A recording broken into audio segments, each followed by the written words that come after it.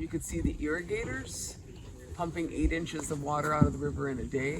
Wow. So it's, you know, it's not just Enbridge. Living by the river, you start to begin to get an idea of what's going on with the river.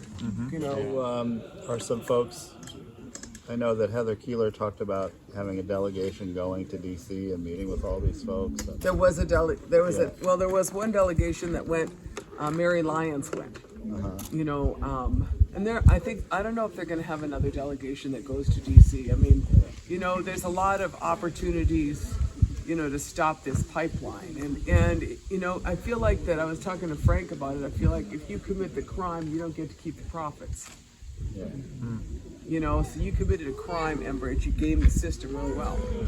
You lied to us about how many jobs there were going to be. You lied to us about your monitoring. You lied to us about your compliance. You know, you put us all in danger. You made us, you know, you made a mess. You made a mess up here. It's far from done. And, you know, so we're documenting it, you know, but, you know, 650 people, maybe 700 people arrested so far. I don't really, it's like kind of a high price tag for Waltz to hang his hat on some jobs, you know. 1855 Treaty Authority met a few weeks ago and appointed me the guardian at Litem for the river. You know, kind of asking the question like, who speaks for the river, or like, who's looking out? You know, for these. You know, obviously, you know, the lack of. You know, I would just say basically the gross negligence of the DNR, along with the gross negligence of the MPCA, is putting all of our rivers in danger. You know, and that's why it was great to see that you all wrote that letter to the MPCA. You know, that was really good that you did that. You know, but you know, up here what we see is that one agency, you know, issues permits, and nobody monitors how much water those irrigators take. And there's 62 irrigators. Center pivot irrigators right over here. There's 62 along the river. And when you suck the water up during a drought, it affects the ecosystem. And then when you put chemicals down, it also affects it, you know, and all of that worsens. And then... Winona, let me ask you a question. Are those farms that are pulling that water out, are they small family-owned farms? Those are RDO Offit. These are big corporate Those are mostly RDO entities? Offit, the usual. It's mostly Offit that's along the river, and some of their other industrial ag cronies, you know, and they're not practicing agriculture, they're mining groundwater. That's what they're doing. Todd said it's for McDonald's French fries. Yeah, I mean, it does some toxic stuff out there, you know. And we started asking the DNR to come up here for the clams, or the mussels, excuse me. And I've tried to learn a lot about mussels. You know, nobody thinks about them because they're not, you know, charismatic megafauna. But they are charismatic megafauna. Yeah. But no one knows that they We just exist in don't know Minnesota. that they are. Right. No one knows that there's shells in charismatic they are. Minnesota. Right, the Shell River comes from a name, which is because this is the largest inland mussel up in the upper Mississippi region. This is the largest population right here. So, well, first I called the DNR and I said, you should send a malacologist. I said, can you send a mussel guy up here? Because the word is malacologist, and I didn't know that. And they said, you know, so we pleaded with them. I was looking at the correspondence beginning in June. In June we started pleading with them, saying that the temperatures are going to affect the riverbed. And, you know, I just watched 1 billion clams cook in the Pacific Northwest, and maybe somebody could come check on these guys before the river goes dead. It's sucked dry. And, you know, I got kind of a run around, but those guys I would say were earnestly, the malacologists were kind of happy that someone was interested in the mussels. It's kind of my take on it, you know. And we were persistent, but then they got stopped upstairs. And then first I was told by them that they're week out, and then, you know, and then they had the budget, and then they said they were going to come the next week, and then it's getting more, you know, I'm getting more and more concerned, you know, about this. And so in the meantime, we start looking to find a different malacologist and also a hydrologist to study the water levels. And then they finally told me that you know, it was going on their list, but they didn't see it as a priority. Minnesota's head of hydrology came up this last week at the expense of our tribes, not with any DNR compliance or any interest at any point by DNR. And so the malacologist attempted to get data from the state and was told that he didn't have, he would have to wait for approval to get data from the state on the status of mussels in this, in previous mussel methodology, or, that he would have to wait. And I don't know that he ever received that. And then they said that his permit that he had to study mussels did not apply to the Shell River. Yeah. And so they basically conspired to obstruct. Permit be so Yeah. specific. Yeah, they said that his permit was not good for the Shell River, and so they've obstructed the process consistently, and so our tribe issued him a permit to study the mussels last Thursday. Having exhausted our remedies with the DNR. And So is the community aware about any of this stuff, and is there any of the community groups that might be causing alarm at all? people up here are afraid.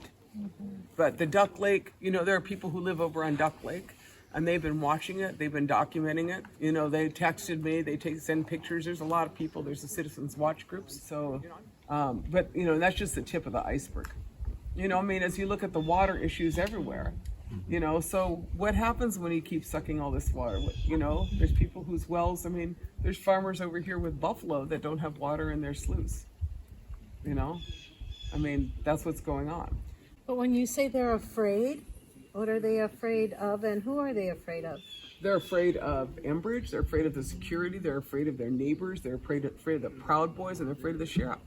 So not only has Enbridge created this divide between, the general public, but they're also dividing communities and families and the whole socio communities that you have up here. Very much so.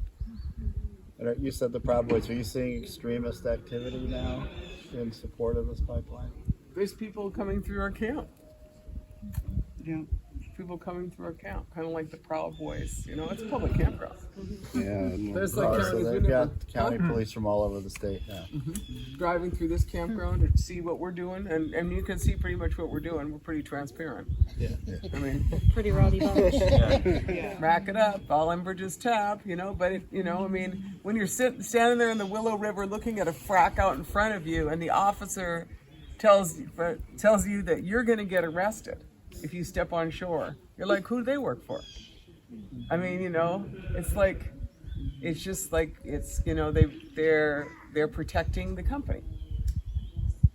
And, I understand that they are looking nationally at doing the Minnesota law, in Congress. Yeah. I'm like, you don't want to do the Minnesota law where a Canadian multinational controls your cops. You don't want that.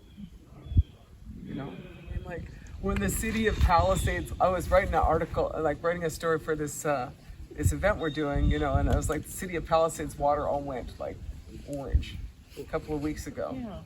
Yeah. A rural water system just downstream from the Enbridge Mississippi River crossing, and it was right after this frack out. But the thing was, that's what you need pipes for. The rural water systems up here are falling apart. Yeah. How did this happen, Minnesota? How did we end up where the best gig in town is to put in a tar sands pipeline? Yeah. Can you say more, when you said you were looking at a frack out, can you say more about what you were seeing, what it looks like? Yeah, and it's interesting because I've just seen that one, but I was on the, so what it is it's like bentonite, so it's a lot of clay, so it's like a gray clay, but it's with oil. It's like all this other toxic stuff, right?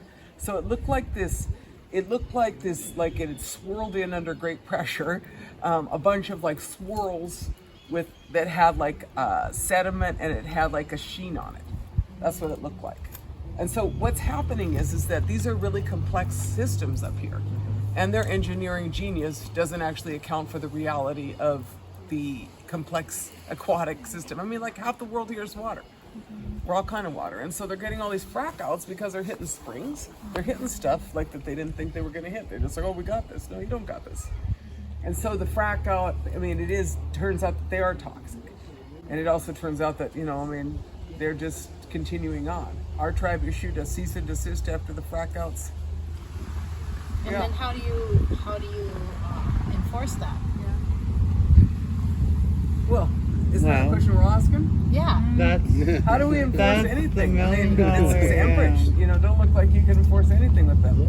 no, it doesn't at all. They get to do what they want. How do we enforce that? I mean, how do Canadian multinationals get to run the state? Yeah, I don't know what regulatory or you know options you guys see out there, because I don't really at this point. I'm like, it's a mystery to me how your system works. You know, I just don't know. I tried everything, I feel like, and I'm trying to figure out, like, you know, is there some way that you can make the system work? It's That's not. kind of my question, right? Well, but they have this permit, right? And now it's being violated, and so we're asking just for the documentation and to say stop. Yeah. And you know, we're looking to see what they have to say, and we need it in writing. We're all ready for the just transition. Right. You know, we want to close these guys down, and we want. And you know, when I was thinking about some regulatory things, I think y'all should look at is I think you should ask Enbridge for their decommissioning plan. Right. You talked about abandonment 5, 6, 7 years ago, Yeah. and that would have created 3 times the number of jobs. Right. Yep. Right. So what's their and then kind of what's their scale out plan? I mean, they're getting sued by their shippers right now for the cost overruns of this pipeline. Nobody who wants to pay $2 billion for the last more than you're supposed to for the last tar sands pipeline. I mean, this is just this is the last tar sands pipeline. You know, end of the party. So I was like, well, so someone should make sure that you get a hold of those guys before they go bankrupt. The thing is like, make them start. You guys got to start. Somebody got to start holding those guys accountable. You know, and then we want our trials too. The war crimes, the ecological war crimes trials.